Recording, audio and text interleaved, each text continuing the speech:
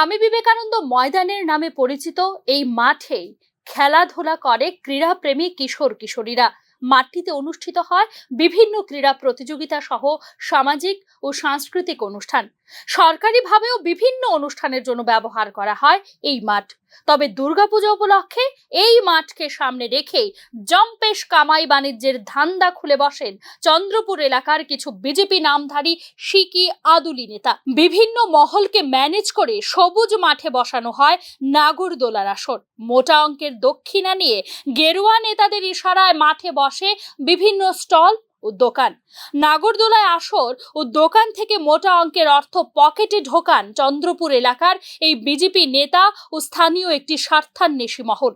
পূজার পর লক্ষ্মী পূজাও শেষ, তবে এখনো দখলমুক্ত হয়নি রাজধানীর সবুজ ফুসফুস হিসেবে পরিচিত স্বামী বিবেকানন্দ ময়দান।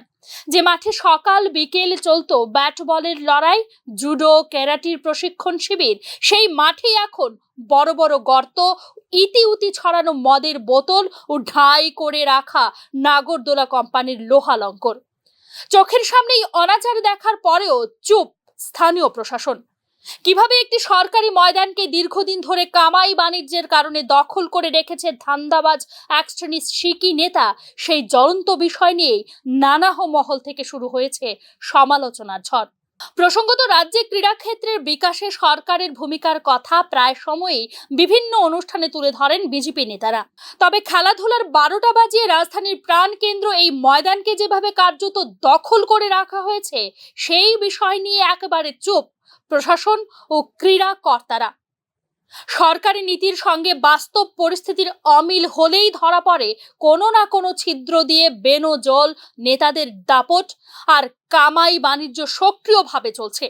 যে কামাই বাণিজ্যের কারণে সিপিএম রাজ্য থেকে ধুয়ে মুছে গেল, সেই বাণিজ্য যদি বিজেপি আমলেও সমান তালে চলে, তাহলে এই দুই দলের মধ্যে তফাৎ কোথায় থাকলো?